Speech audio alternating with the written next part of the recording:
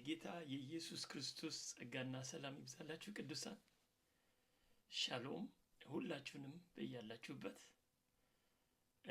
እንኳን አደረሳችሁ ደግሜ እላለሁ ለ2026 የጌታ ስም የተባረከ ይሁን። እግዚአብሔር በብዙ ረድቶናል፣ በምህረቱ በቸርነቱ እነሆ ይህን ጊዜ እንድናይ አድርጎናልና ክብሩ ሁሉ ለእግዚአብሔር ይሁንልን።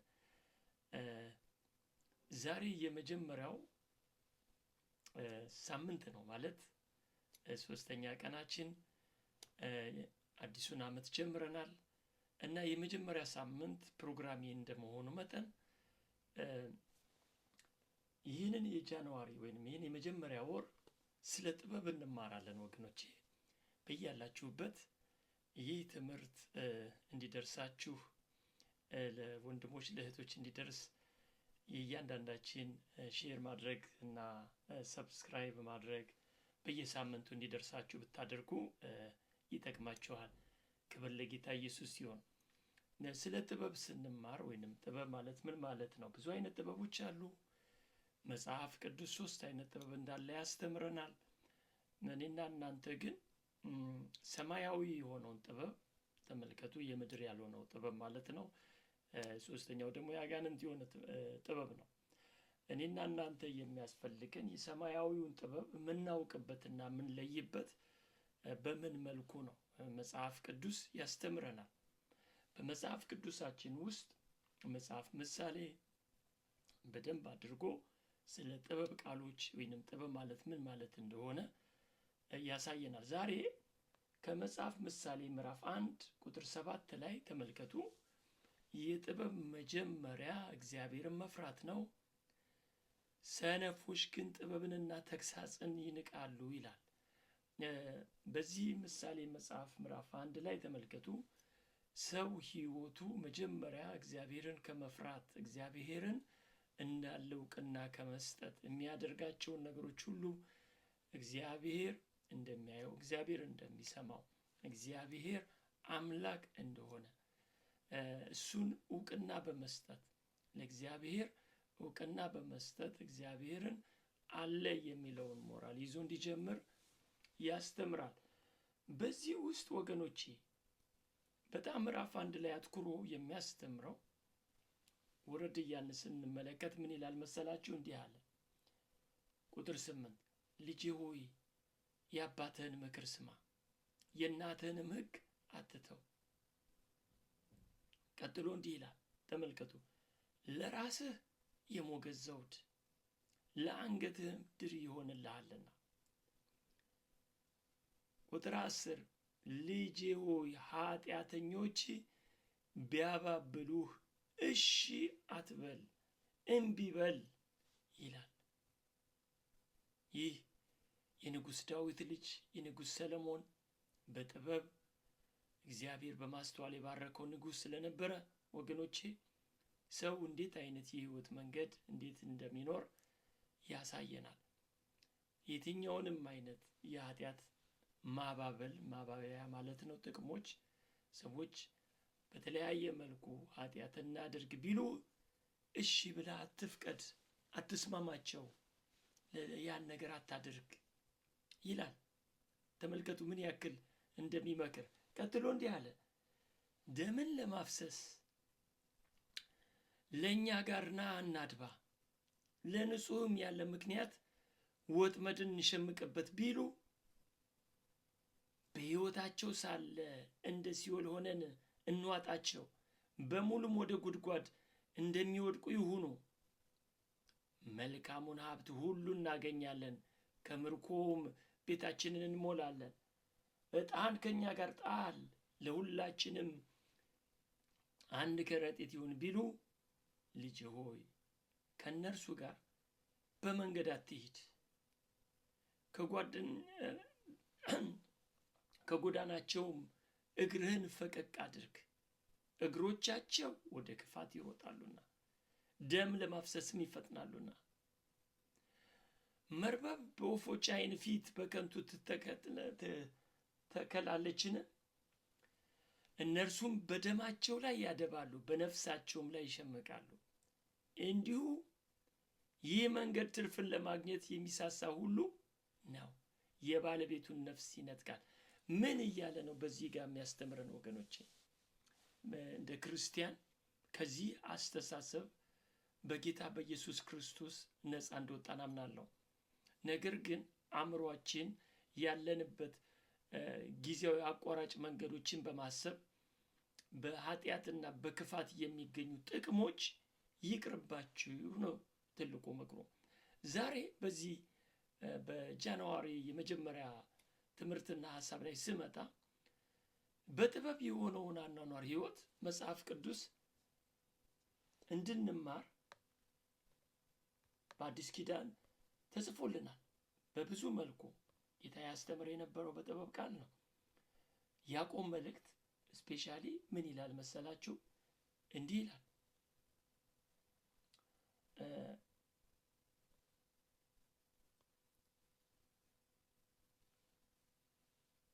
ሃሌሉያ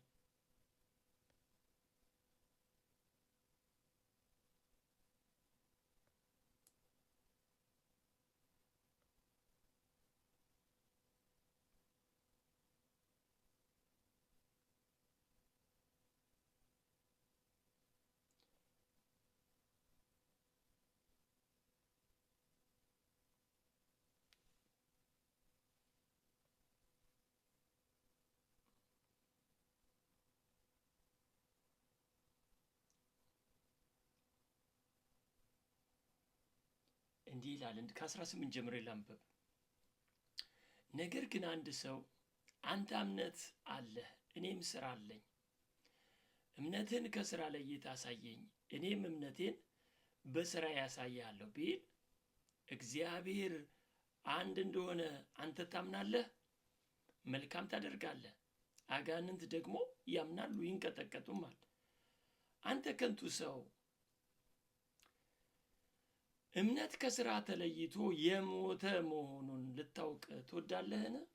አባታችን አብርሃም ልጁን ይስሐቅን በመሰዊያው ባቀረበ ጊዜ በስራ ይጸደቅ አልነበረምን? እምነት ከስራው ጋር አብሮ ያደርግ እንደነበር በስራም እምነት እንደተፈጸመ ትመለከታለን።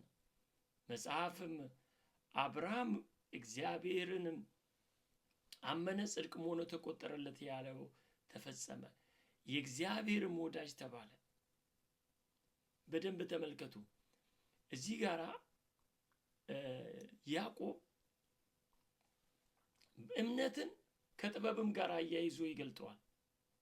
ከናንተ ጥበበኛ ማን ነው ይልና በጥበብ የሆነው አኗኗሩ ራሱን ያሳይላል። አሁን ተመልከቱ። አብርሃም ይሄድበት የነበረውን እግዚአብሔርን በእምነት የተቀበለውን ጽድቁን ተመልከቱ። በግል ህይወቱ ውስጥ የሚሄድበት መንገድ ሲያሳይ እምነቱን ነበረ የሚገልጠው። አሁን በክርስቶስ ኢየሱስ የዳን ሰዎች ነን። አዎ። በፊት እንሄድበት የነበረው መንገድ አንሄድም። አዎ። እምነታችንን ግን በስራ መግለጥ አለብን። ለምን? ክፉና ለእምነት የማይመች የተበላሸ ባህሪያትን አስወግደን ማለት ነው።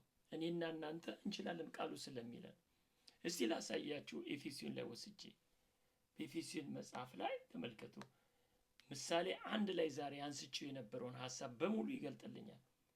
ምን ይለዋል? 5 ላይ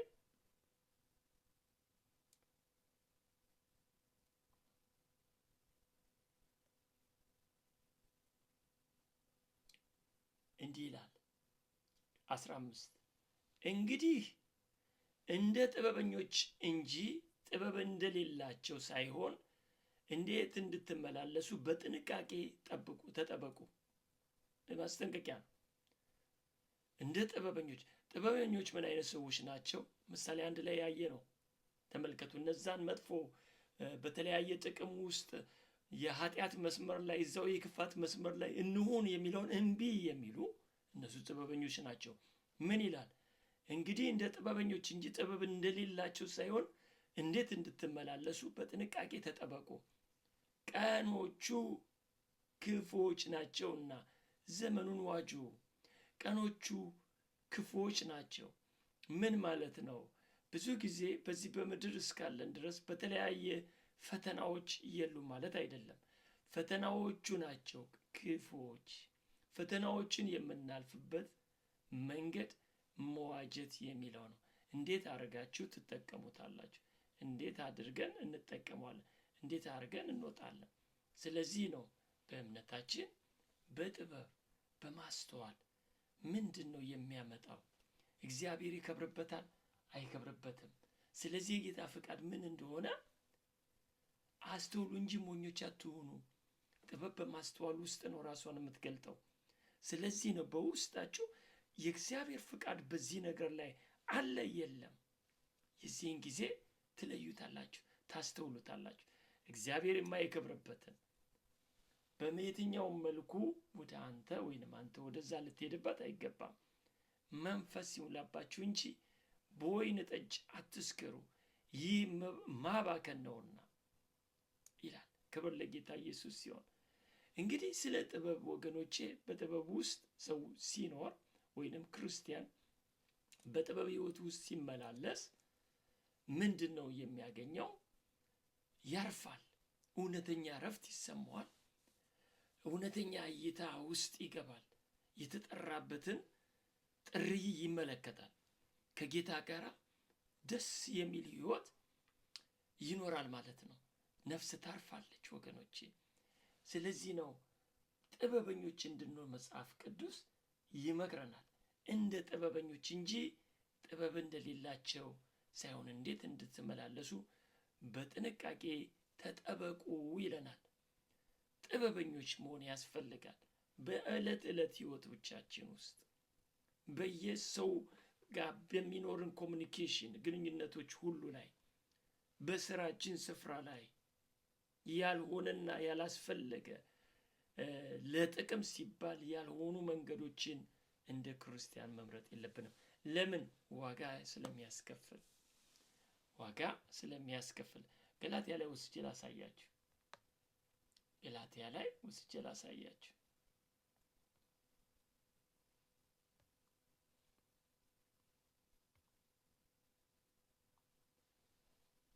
እንዲህ ይላል ቁጥር 6 ነገር ግን ቃሉን የሚማር ከሚያስተምረው ጋር መልካምን ነገር ይካፈላል። አትሳቱ፣ እግዚአብሔር አይዘበትበትም። ሰው የሚዘራውን ሁሉ ያንኑ ደግሞ ያጭዳልና። በገዛ ስጋው የሚዘራ ከስጋ መበስበስን ያጭዳልና፣ በመንፈስ ግን የሚዘራው ከመንፈስ የዘላለምን ሕይወት ያጭዳል። ባንዝልም በጊዜው እናጭዳለንና መልካም ስራን ለመስራት አንታክት።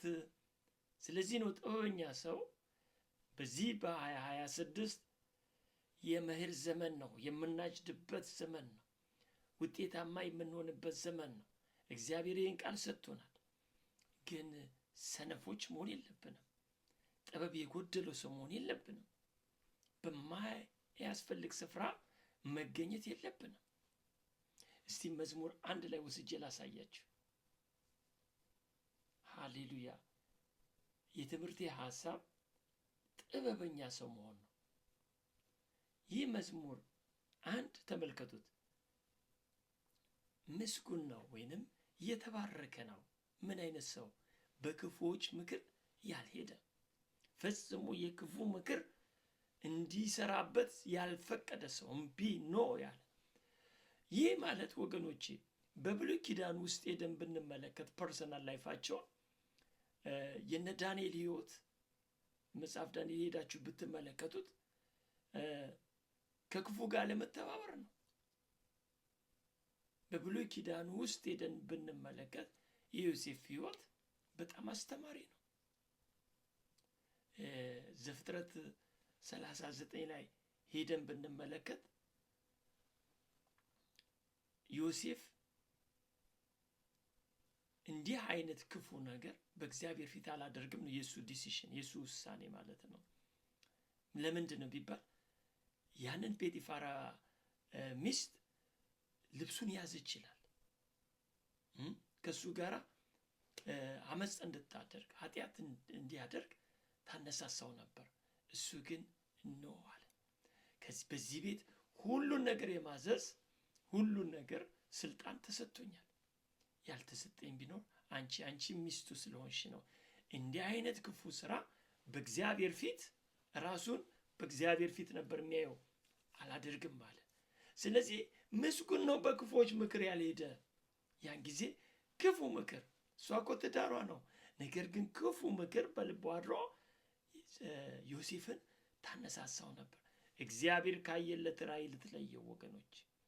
ስለዚህ ነው ጥበብ በውስጥ እንደ እግዚአብሔር ፍቃድ ነገሮችን መለየት ማለት ነው። ከዛስ ምን አለ? በኃጢአተኞችም መንገድ ያልቆመ። ምን ታደርጋለህ ኃጢአት ስፍራ ላይ ወንድሜ እህቴ፣ ይህ መልእክት የምትሰሙ? ምክንያቱም ይህ የመጀመሪያ ወር ነው። በዚህ የመጀመሪያ ወር ሙሉ ወሩን የምንጨርሰው ስለ ጥበብ የተለያየ ባህሪያቶች ነው። በጥበብ ውስጥ ስትገኝ ወንድሜ እነግርሃለሁ፣ ሁሉ ነገር ይቀልልሃል። በጣም ትችላለህ። እግዚአብሔር ሁሉን የመስሪያ ጸጋና ኃይል ሰጥቶናል። ኢየሱስ ክርስቶስ በእግዚአብሔር ፊት ጥበባችን፣ ጽድቃችን፣ ቅድስናችን፣ ቤዛችን ሆኗል ይለናል። አንደኛ ቆሮንቶስ 1:30 ላይ ጥበቡ እኮ በውስጣችን አለ፣ የምንለይበት፣ የምናውቅበት፣ ይህን ዓለም የማንመስልበት። ስለዚህ በኃጢአተኞችን መንገድ ያልቆመ፣ በዋዘኞችን ወንበር ያልተቀመጠ፣ ነገር ግን በእግዚአብሔር ሕግ ደስ ይለዋል። ይህ የእግዚአብሔር ሕግ ሚንስ እግዚአብሔር መንፈስ ነው። የእግዚአብሔር ሕግ ማለት ተመልከቱ፣ በሰው ልጆች ላይ ያለው ሐሳብ የተናገረው ቃል እግዚአብሔር መንፈስ ስለሆነ መንፈሳዊ ሕግ ስርዓት ክርስቶስ የሕግ ፍጻሜ ሆኖ ወደ ልባችን ገብቷል። ስለዚህ ነገሮችን የምናየው በዚህ ውስጥ ነው። ምን አለ? በእግዚአብሔር ሕግ ደስ ይለዋል፣ ሕጉንም በቀንና በሌሊት ያስበዋል። ላይፉ በእግዚአብሔር ሕግ ውስጥ ነው። በእግዚአብሔር ስርዓት ውስጥ ነው። እግዚአብሔር የሚደሰትበትን ነው። እርሱም ይላል ይህ ሰው ምስጉን የሆነው ሰው፣ በክፉ ምክር ያልሄደ ሰው፣ በኃጢአተኛ መንገድ ያልቆመ ሰው፣ በዋዘኛ ወንበር ዝም ብሎ እየቀለደ እያሾፈ የሚኖረው አይደለም ወገኖች። በዛ ወንበርማ አትቀመጥም።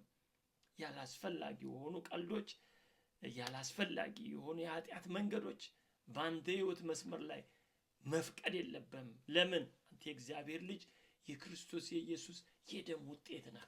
በክርስቶስ ደም የተዋጀህ። ስለዚህ ምን ይላል? እርሱም ይላል ይህ ተመልከቱት፣ በውሃ ፈሳሾች ዳር እንደተተከለች ፍሬዋን በየጊዜዋ እንደምትሰጥ ቅጠሏም እንደማይረግፍ ዛፍ ይሆናል፣ የሚሰራውም ሁሉ ይከናወንለታል። ክፉዎች እንዲህ አይደሉም፣ ነገር ግን ነፋስ ጠርጎ እንደሚወስደው ትቢያ ናቸው። ስለዚህ ክፉዎች በፍርድ ኃጢአተኞችም በጻድቃን ማህበር አይቆሙም። እግዚአብሔር የጻድቃንን መንገድ ያውቃልና የክፉዎች መንገድ ግን ትጠፋለች። እግዚአብሔር ወገኖቼ የጻድቃን የሚለው እግዚአብሔር ያጸደቀን፣ እግዚአብሔር በራሱ ዋጋ የጠራን፣ እግዚአብሔር በልጁ በኢየሱስ ክርስቶስ ደም ምሕረትና ይቅርታ የተቀበልን እኔና እናንተ የእግዚአብሔር ጻድቆች ነን። ሁለተኛ ቆሮንቶስ 5:21 ላይ ወስጄ ላሳያችሁና ሃሌሉያ፣ ኢየሱስ ለዘላለም ጌታ ነው። ምን ይላል?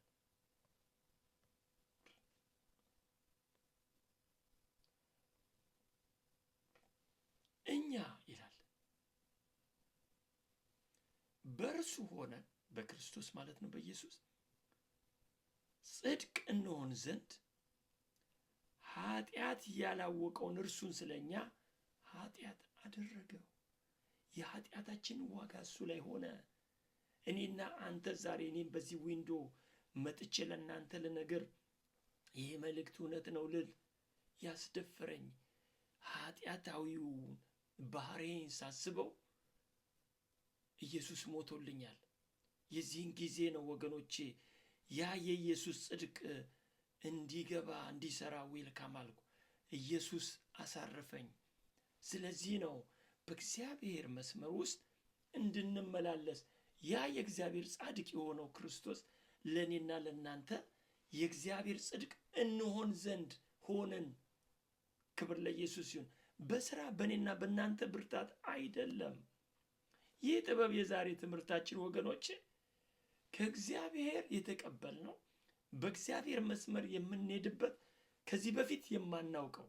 እንዲህ ያለ አንድ ጊዜ ኢያሱ ትውልዱን በሚመራ ሰዓት ኢያሱ መጽሐፍ ላይ ሄደን ብንመለከት 3 ላይ ይህችን መንገድ ዮርዳኖስን ነው ከፊት ሊመራ ማለት ነው። ከዚህ በፊት ሄዳችሁባት አታውቁም አለ። ሃሌሉያ። እንደ ሲና መስመር አይደለም፣ ያለፈ አይደለም። እግዚአብሔር ሁሉ ጊዜ እኔና እናንተንም ሲጠራ በፊት የነበረውን መንገዳችንና የምንጠቀማቸው ዘዴዎች እነሱ ናቸው ከእግዚአብሔር ጥበብ የሚለዩን። እግዚአብሔር እንድናስተውል የራሱን የመንፈስ ቅዱስ ጥበብ በውስጣችን አለ። የእግዚአብሔርን ፈቃድ ነው የሚያሳየን። በውስጣችን ለይተን በማስተዋል በየቀኑ ስራዎቻችን፣ ኑሯችን፣ ሁሉ ነገር እግዚአብሔር የሚከብርበት እንዲሆን ነው። ክፉ ነገሮች ከህይወታችን እንዲርቁ። ዛሬ የመጀመሪያው ክፍል ነው። የሚቀጥለው ሳምንት እመጣለሁ። እግዚአብሔር ይረዳኛል። ስለ ጥበብ እንማራለን። ጥበበኛ ስትሆኑ የሚቀጥለው ጊዜ ውስጥ ራሳችሁን ታዩታላችሁ። ለምን? የእግዚአብሔር ቃል እውነት ስለሆነ እኔን ስለለወጠ እናንተንም እንደሚለውጥ አምኜ አምላኬን መጥቻለሁ በፊታችሁ። ብሩካን ናችሁ። መልካም ደግሜ እላለሁ። ይህ የመኸር ዓመት ነው። ውጤታማ የምትሆኑበት ዓመት ነው። ስኬታማ የምትሆኑበት ዓመት ነው። ሪሊ እግዚአብሔር ይህን ስላለ ያደርጋል። ዘመናችሁ ሁሉ ይባረክልኝ። ለበረከቱ ነውልኝ። ሻሎም